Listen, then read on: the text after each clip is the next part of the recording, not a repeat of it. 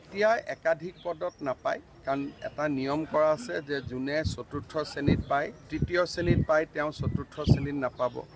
যোনে ওপৰৰ স্কেলটোত পায়, তেওঁ তলৰ পজিশ্যনটোত নাপাব। গতিকে এইবাৰ যাতে তেনেকুৱা ধৰণৰ ডাবল কেণ্ডিডেট নহয়, তাৰ বাবে এইবাৰ বহুতখিনি ব্যৱস্থা গ্ৰহণ কৰা হৈছে।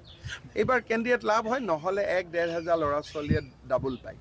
এইবাৰ আমি এটা ঠিক কৰিছোঁ, আৰু লাষ্টত কোনোবাই যদি ডাবল পায়, আমি আৰু এটা চিন্তা কৰি আছোঁ যে একেটা পোষ্টত দুটা হ'লে লটাৰী দি এটা কৰি দিম।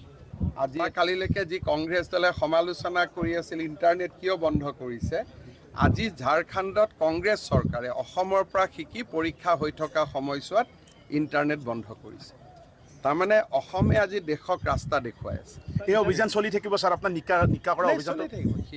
এপইণ্টমেণ্ট গণ্ডগোল নাই, বিশেষকৈ এতিয়া অক্টোবৰৰ পৰা পুলিচৰ নিযুক্তিও হ'ব। ইয়াত বেলেগ কথা একো নাই, চব ল'ৰা ছোৱালীয়ে ভাল কৰি চাকৰি পালে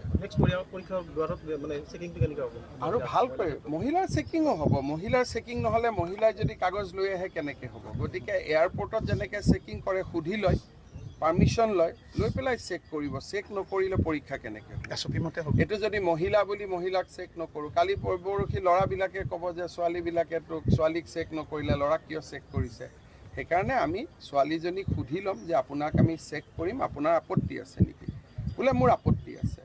আপত্তি যদি আছে, তেতিয়াহ'লে তেওঁক আমি বেলেগ ৰুমত বহি পৰীক্ষা দিব দিম, আৰু তাত আমি ইনভিজিলেটৰ বেছি ল'ম।